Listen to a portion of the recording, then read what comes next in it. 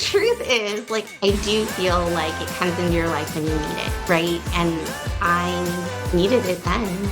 And that's when the door was opened and I got it, and I did it.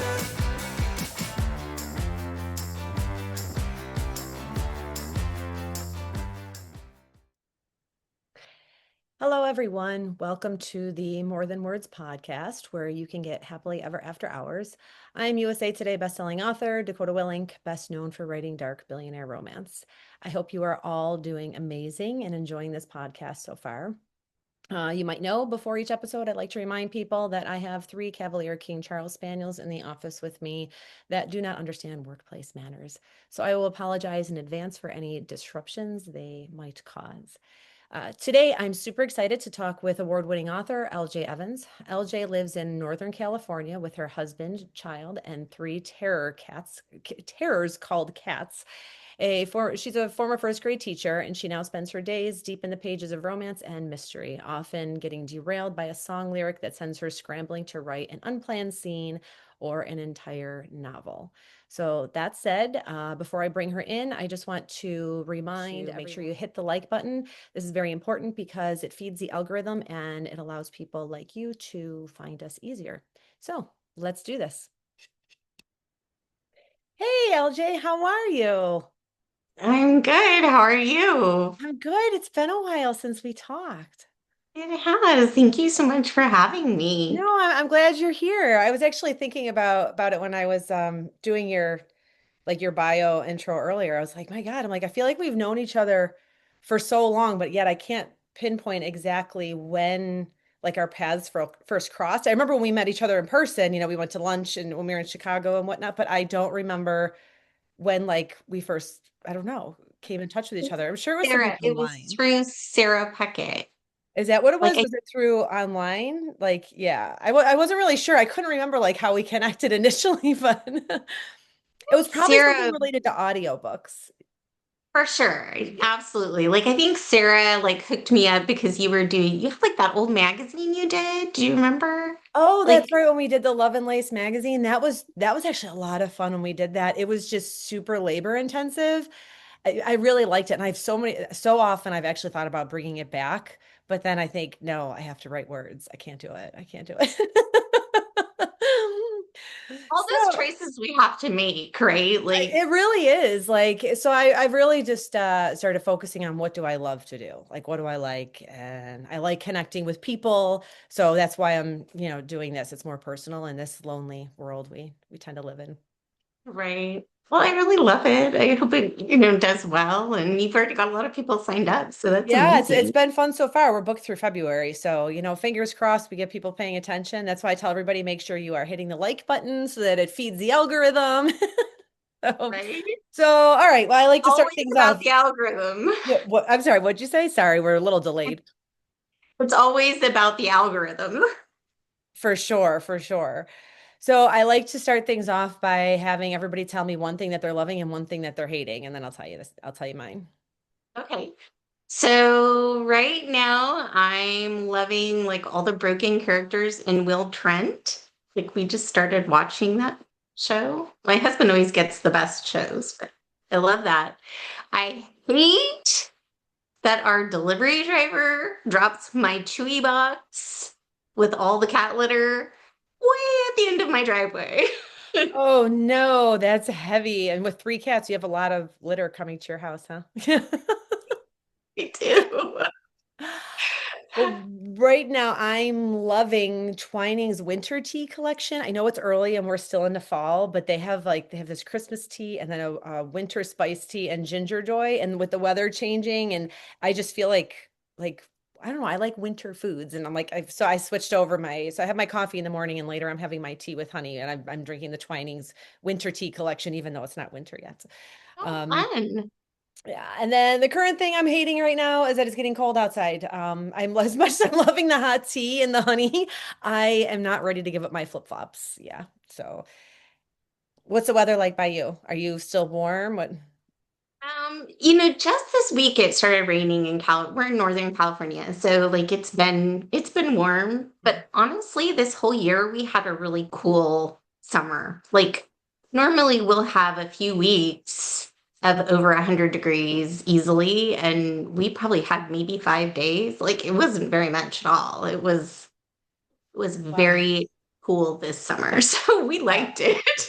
Or at I'm least in I Buffalo did. and My we were husband is like averaging you. He's like, I don't want it to be cold and rainy yet.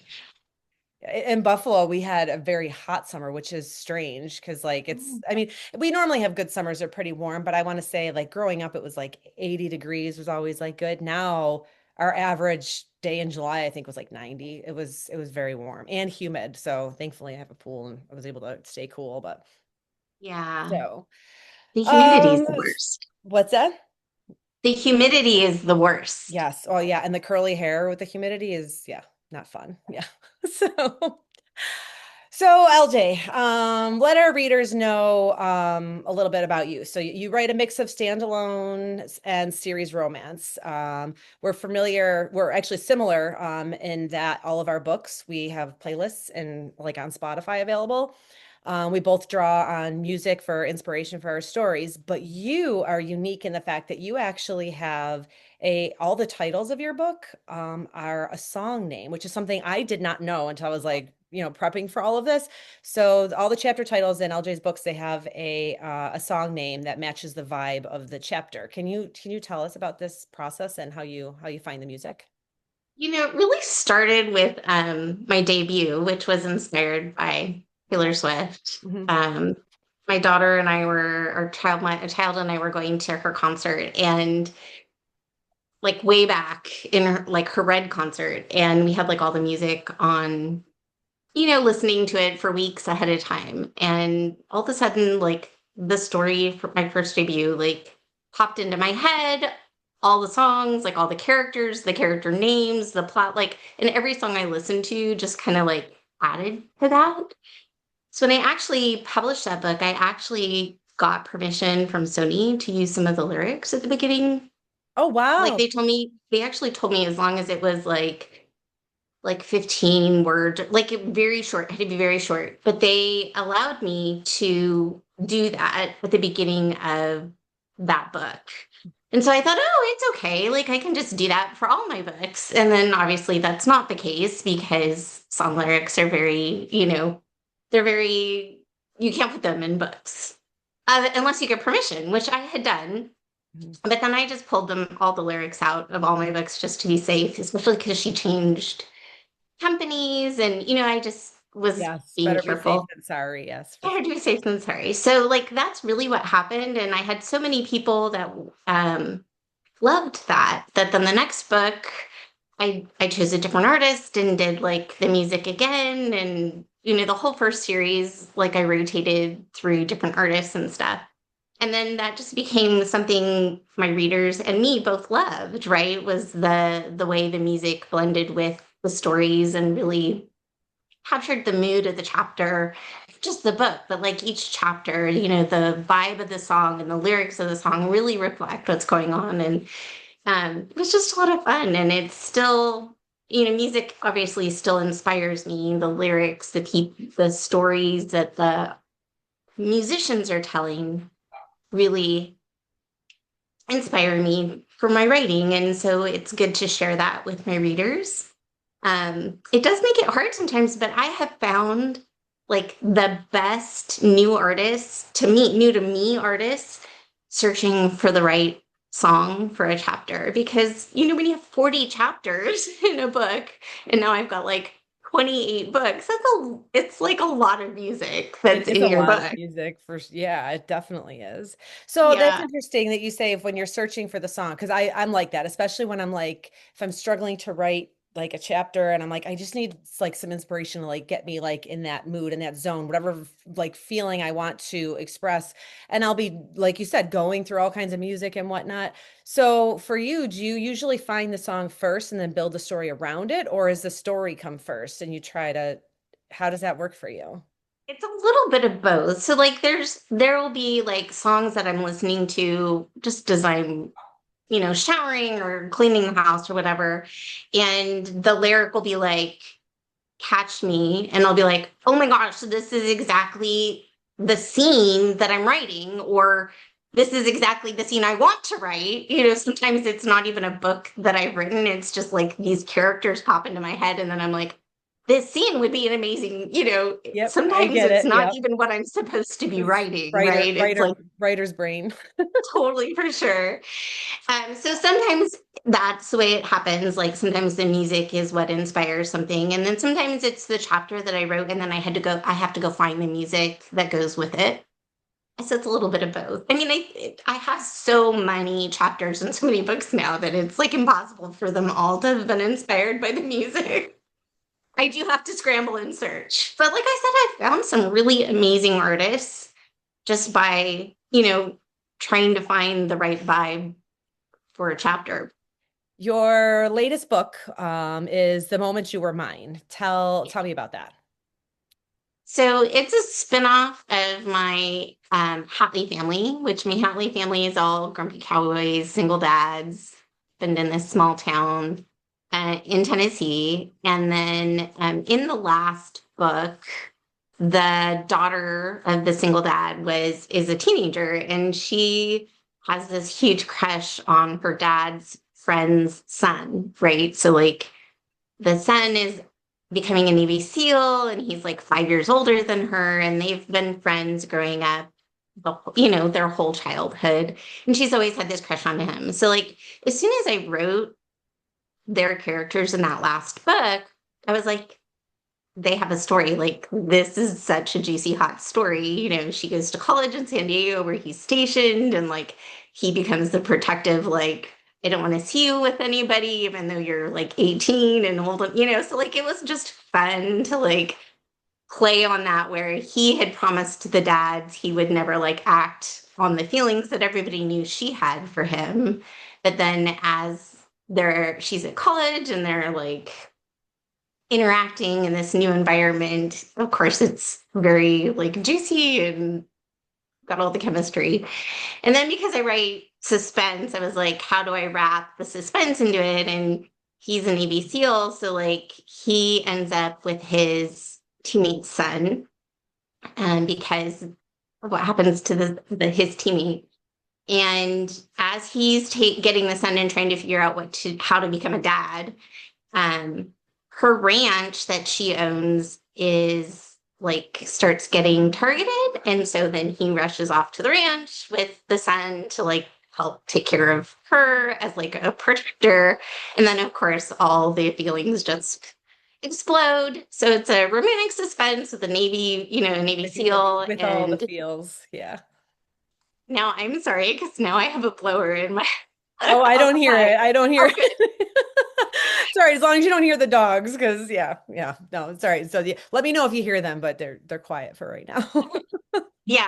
So Navy SEAL, bodyguard, cowgirl who owns a ranch, and single dad that he's trying to inherit, learn how to like be a dad. So it's very just kind of played off my old series as well as starting a new series in this new town.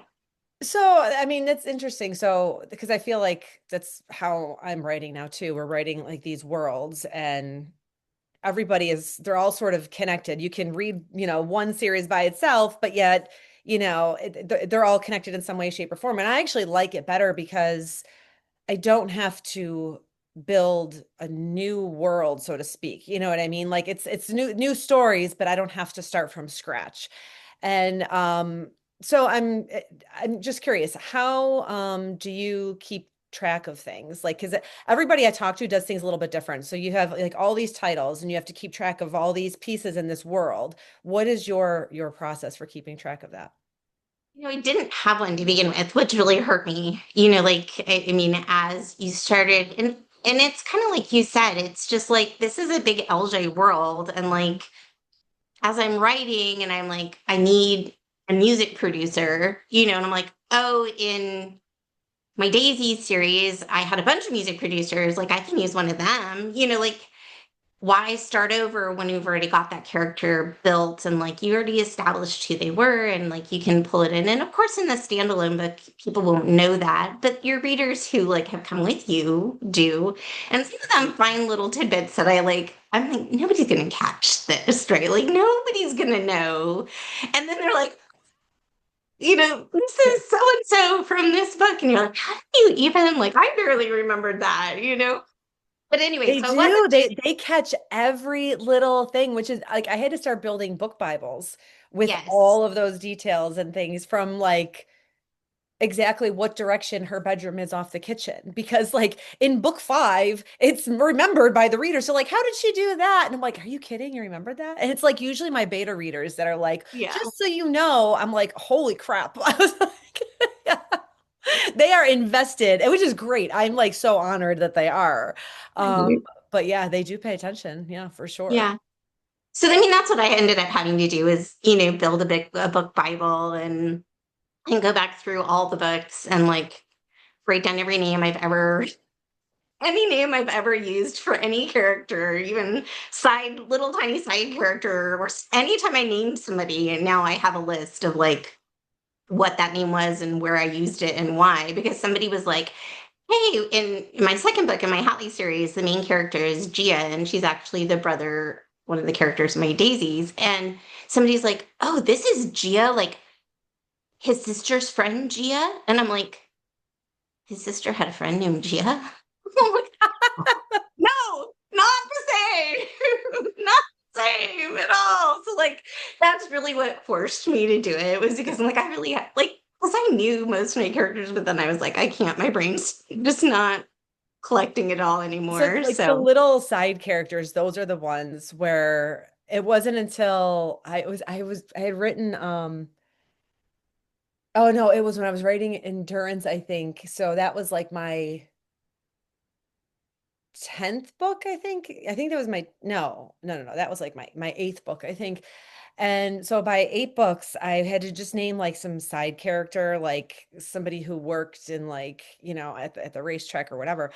And it was my editors going through it. And she was like, you used that name in like the Stone Saga for, I don't even, it was like the guy that worked at the jewelry store. And I'm going, what? I'm like, oh my God. So like and it was at that moment that I'm like, I need book Bibles. And thank God I started doing that, because then after I did Endurance, I wrote two more books in the Stone Saga. And then yeah, and they came in handy, but even still they weren't very detailed. I'm still going back when I have to like, because now I'm making this whole universe with like the Take Me Under book that just came out, and then the subsequent books that come.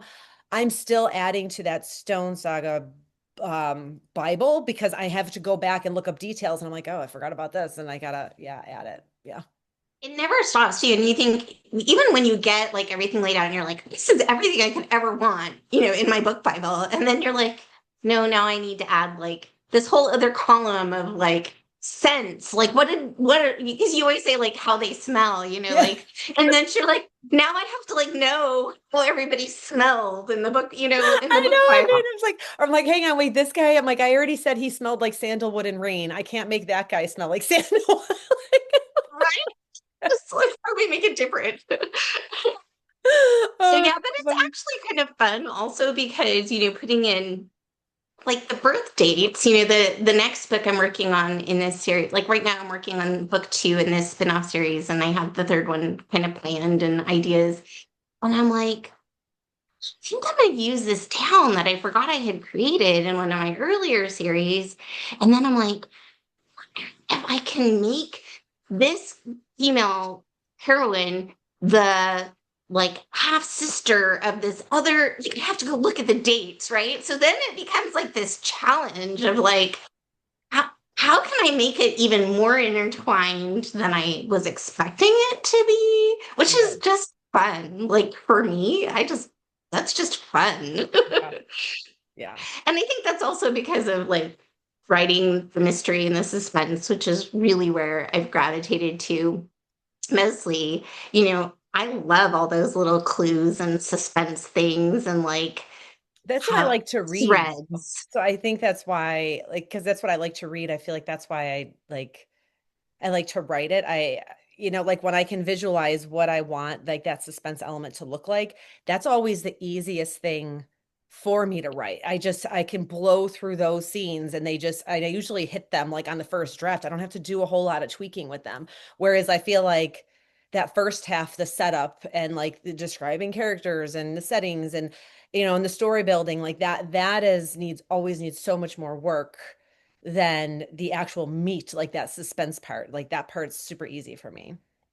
Me too. Like I feel like, you know, it's funny because my child, I didn't know for a long time that people didn't, like when they were reading or writing, that they didn't see it in their head. Like I visually see it like a movie reel. Like it is playing Why? in my head while I'm reading, while I'm Wait, so writing. that Like so wait, it's, hang on, hang on, wait. So you're normal people like that are not like authors, normal people, like we're not normal, but you know what I mean? Like they don't see it. Like I see no, it when I'm reading a there book. are a big chunk of people who do Yeah. still, like readers and stuff Yeah. who do, but there are a lot of people who don't see the story in their head. Oh wow.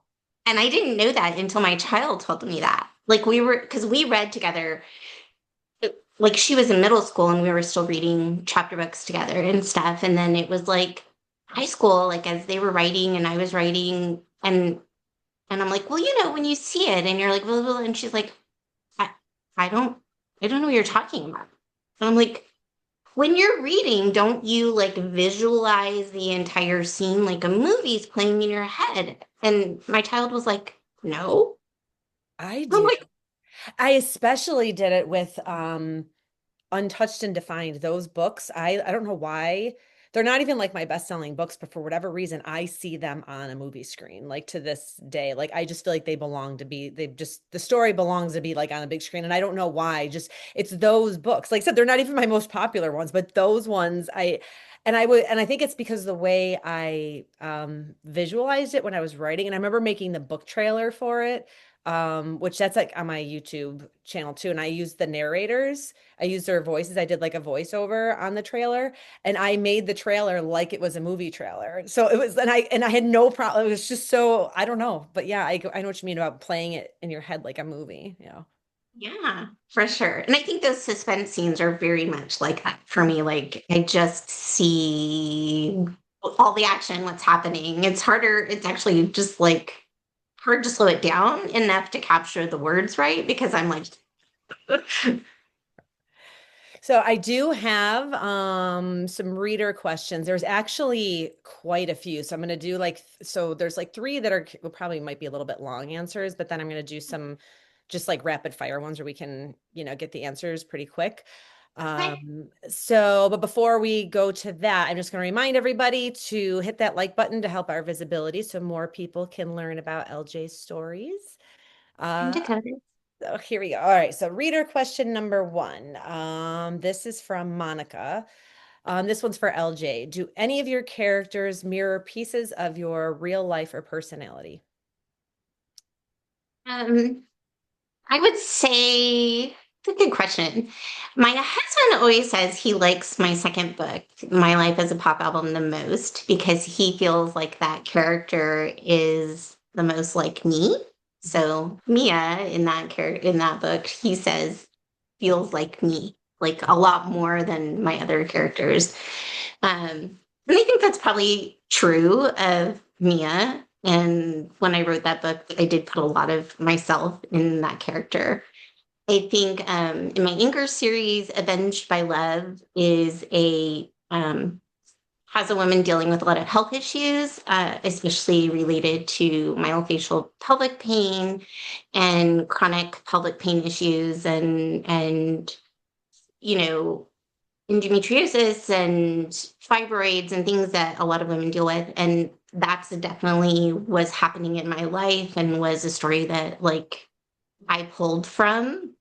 Jersey really is nothing like me, the main character, except for that she was dealing with this chronic condition that I've been dealing with for my whole life. And so it was nice to be able to put that on the page, and just kind of do some healing as you write as well with that whole process of understanding yourself and what's going on. So those are probably the two characters that are most like me. Books are definitely, I feel like for authors, anyways, when you're writing them, a lot of times they can be like therapy. I know when I did The Sound of Silence. There was, just a lot of personal experiences that I had gone through, and then plus I interviewed other women for it and whatnot. Because that was a dark book. It dealt with domestic violence and things like that, and there was a lot of like real emotion that I put into that, and then afterwards it was like I had this like burden like lifted from my shoulders, and it was like the therapy I never knew I needed type thing. And then with Take Me Under, it wasn't like therapy, but it was more of a what would I do in this situation type thing. And when I was writing um Serena, I pulled on a lot of this because she had this Catholic Italian mother, and I pulled in a lot of like Catholic guilt, which actually, when I have scheduled to do an interview with, she's coming up later, is Kit Swan. She's a narrator for this book. And oh my gosh, we can get really deep in the weeds on Catholic guilt. And that came out big time in Take Me Under. So yeah, a lot of those emotions were like, would have been like, that would have been me in real life if I was in those situations. Yeah. Right. I understand Catholic guilt very well. I have a friend who's Italian Catholic, and we both are like, That's me. I get it. Oh, it's crazy. So, all right. So, in this next question, this was actually asked for both of us. Which book or character challenged you the most to write emotionally? So, you go ahead, go first. Because I kind of already answered it. I'll just say now is The Sound of Silence. When I wrote that, when I had to write Gia, that was the most challenging for me for the reasons I just said. So you gotta go ahead. Yeah. Most challenging emotionally for me is really hard because I feel like all my books are really emotional stories. So the characters really, I put them through the ringer as much as possible. So they're very emotional stories. So I don't know that I can think of one that was the hardest to write emotionally. I would say that, Well, I mean, that's actually a good question, Paula. Like, Paula is the reader right. who asked the question. Paula Yeah. from Minneapolis. But you actually kind of just said it in your last answer when what we were just talking about, when you're talking about like the Right. personal struggles you had to go through. You were, I mean, that takes an emotional toll on your body. Like when you're, just Yes. the things you have to go through with that. So I don't know. Yeah, I and don't I I don't know. think Was when I it was emotionally? writing, Yeah, go ahead. yeah, when I was writing the beginning of the Anchor series, The Guarded Dreams and Forged by Sacrifice and Avenged by Love, which does have a lot of the myofascial, the female issues into it, the chronic conditions, those three books I was writing while I was dealing with a lot of health issues that were new to me, like that were really debilitating my life, like changing my entire life. Like I went from teaching to not teaching because I couldn't stand, like I had a lot of health issues that had changed my life. So writing those books were hard in the sense that you're going through all this stuff on in your life, but they actually the whole book row kind of really saved me because if I hadn't, I was still fairly new into it, and if I didn't have that, I don't know what I would have done because it really gave me something to focus on other than what was going on in my life. Like the change in my physical, the things I could and couldn't do anymore. I went from working out 5 days a week to not being able to pick up 5 pounds. Like it was hugely life changing for me. And if I didn't have the book world, I don't know what I would have done. So So I writing, always so say, it gave you purpose again. Yeah. right. I mean, I That's wanted to amazing. be a That's writer actually since amazing. I mean, it was hard for you to go through it, but it's also a very inspirational story. it is. Like I wanted to write since I was a little girl, like always. I mean, I wrote from the time my fifth grade teacher had me write a story and shared it with the class, and then that was it, right? Like that was it.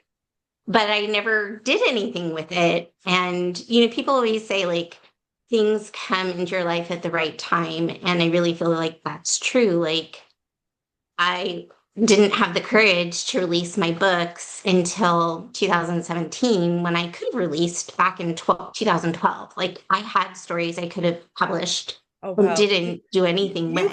You could have been in the middle of that publishing boom. You would have had New York Times next to your name. Coulda, woulda, shoulda. But the truth is, like, I do feel like it comes into your life when you need it, right? And I needed it then.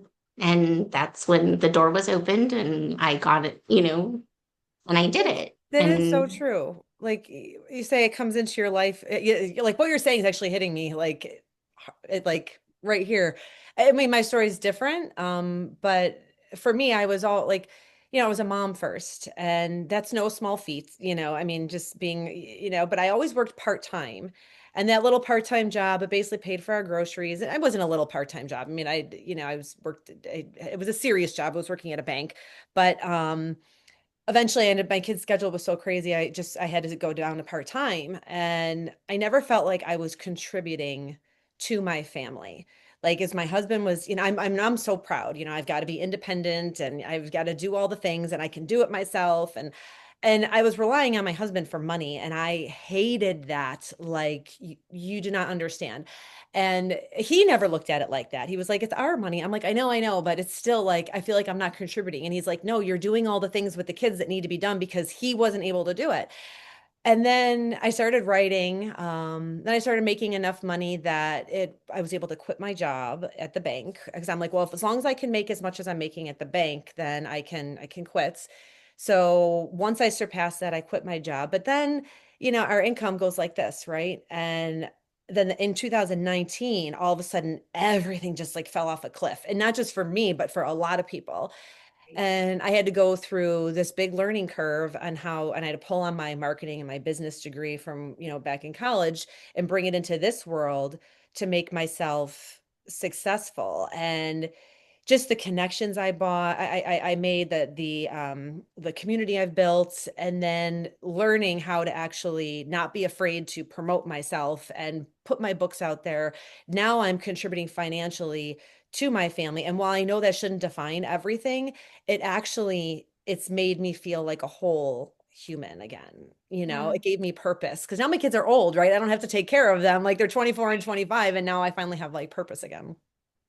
I really totally, I mean, my story is different, but I understand so many of those emotions because our entire career, our entire marriage, I was an equal partner. Like I had a very good tech job. And then when my tech job moved to a different location, we made the choice to stay where my husband was. When I got my teaching job and I taught for 15 years, and like I was always contributing to our household. And then when I got really sick and had to stop teaching, I wasn't, and my books weren't at a place where they were making money yet. So like for me, I went the opposite way, like where I was a contributor and then no longer was contributing. And then I was also spending money on trying to start this other career. And Exactly. so like I totally can relate to how like our conversations, and my husband has always been like, you're happy, you're doing something, we don't need your money to pay the bills, like go do My this, husband was very supportive. And I remember when I was like, okay, I have to learn how to do Facebook ads. And I had to take this expensive ads class to learn how to do this. And so I took, it was like $700 of our tax return. I'm like, so because I didn't want to like spend like normal like savings money and whatever. And he's like, it's fine. He's like, because just do it. He's like, I support what you want to do. He's like, I think you've got something here. Just do what you need to do to invest. But it was still like, yeah, yeah. right. And every big chunk has been like that. Like even when I'm like reinvesting my own money, like from the books, I'm like I always talk to him like this is a big like investment. Like, do we want to do it? And he's like, it's your money. Like if you want to grow your business, you have to reinvest. Like, go do it. So like he's actually always pushed. I'm not a gambler at all. Like I Neither am don't like I. gambling my money. And so like I'm not a risk taker, and he's like pushing me gently out of the nest, go fly. Oh, all right. So I have another question from Shiloh. She's in California.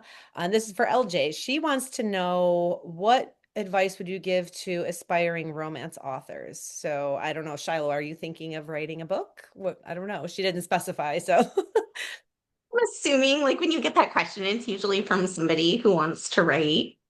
Um, I would say, just make sure you write the book, just like give yourself time to work on it every day, or even every day. Like if your life is, busy, then just make sure you still dedicate time for yourself to work on it.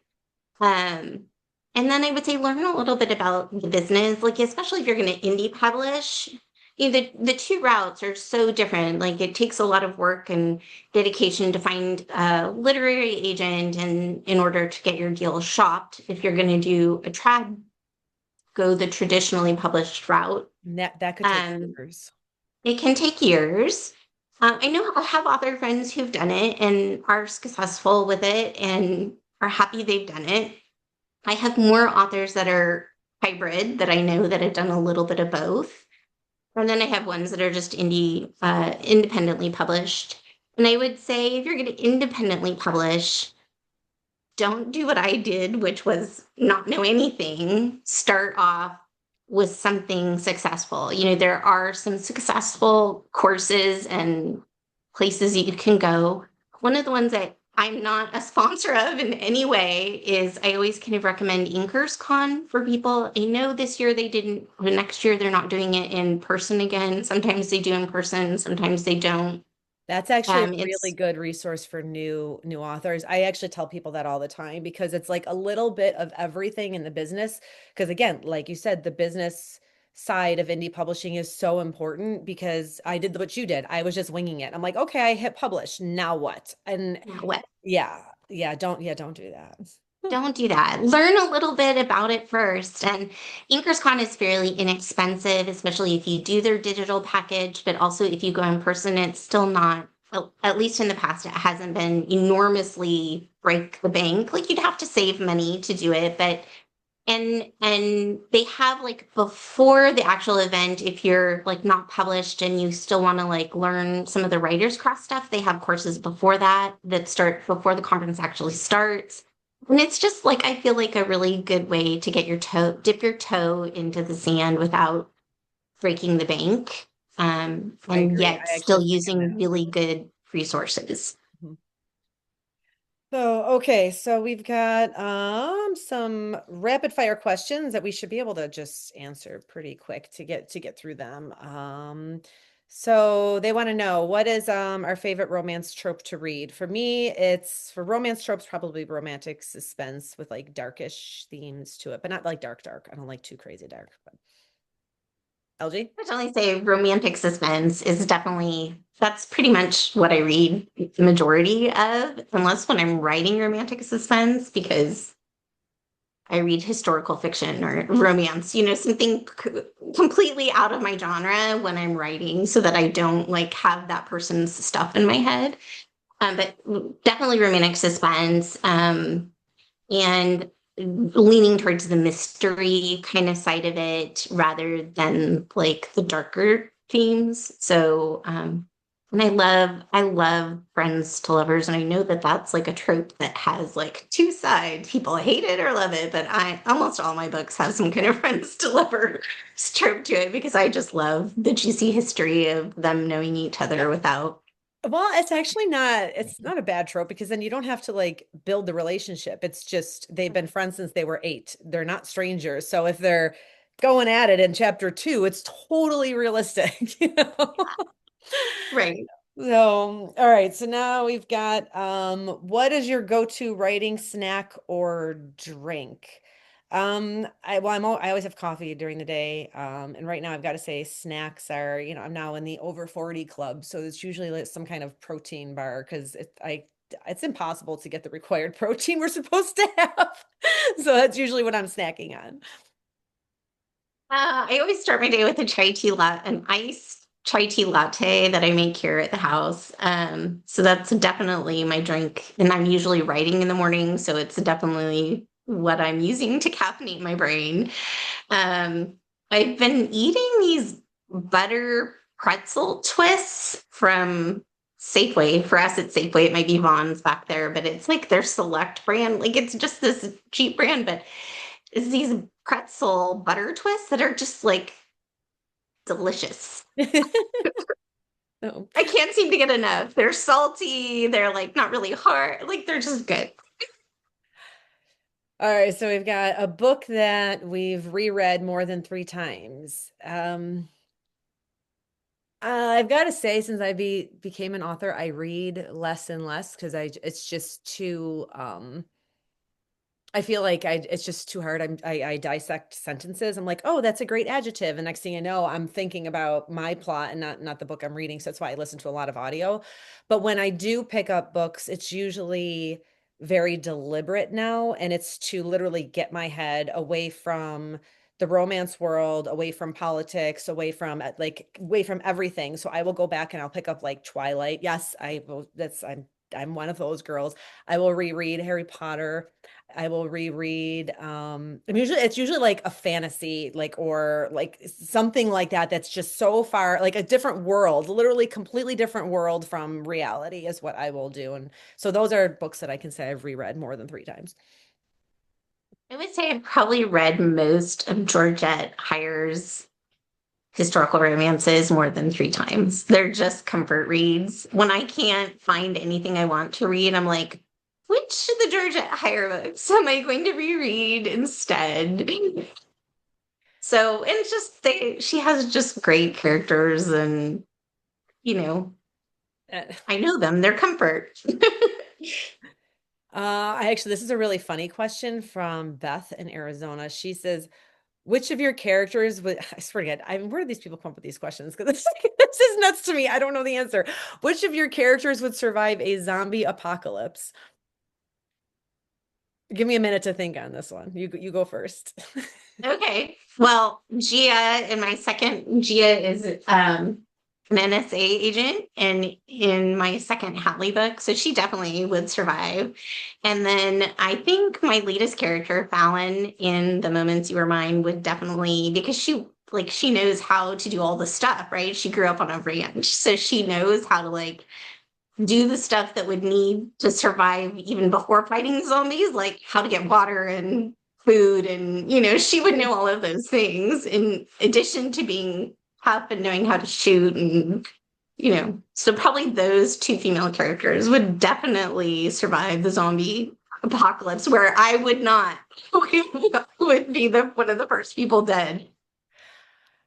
Well, I have to say I would say probably Christina from my Stone Saga because she doesn't take any shit. Like Alexander wants to be the boss of her and she's like, what? And she basically tells him where it's at all the time. So I imagine her telling the zombies who came to, invade the earth, the same thing. She would tell them where it's at. Either that or Gianna from The Sound of Silence because she's that kick-ass heroine that learns, self-defense and all that other stuff. So she'll beat them up while Christina's telling them off. All right, LJ, is there anything else that you would like to share with people before we get going? I can't think of anything specifically. I'm just really excited about the next book in the Swift River series that'll be out in February.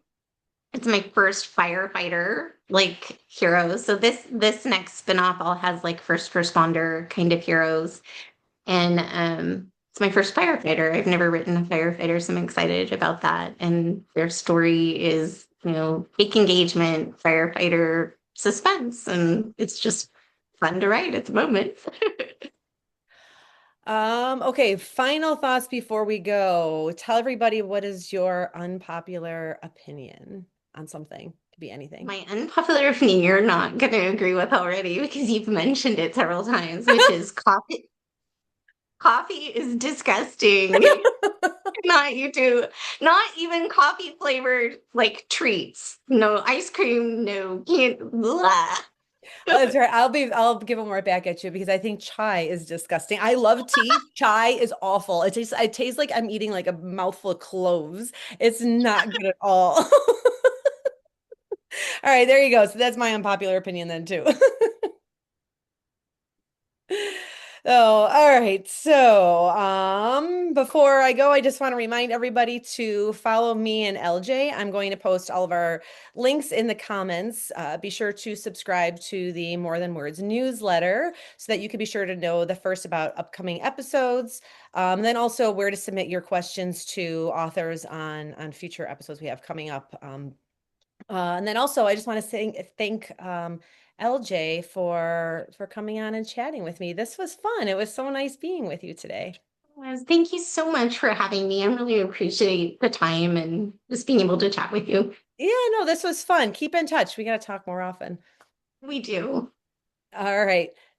Talk to you later. Bye. Hey everyone, thank you for tuning into the More Than Words podcast. If you enjoyed this episode, please hit the like button and consider sharing it with your friends so more people can find us. The more people we have listening, the more fun we can have on our shows. And most of all, I want to thank you from the bottom of my heart for supporting authors everywhere. Thanks and happy reading.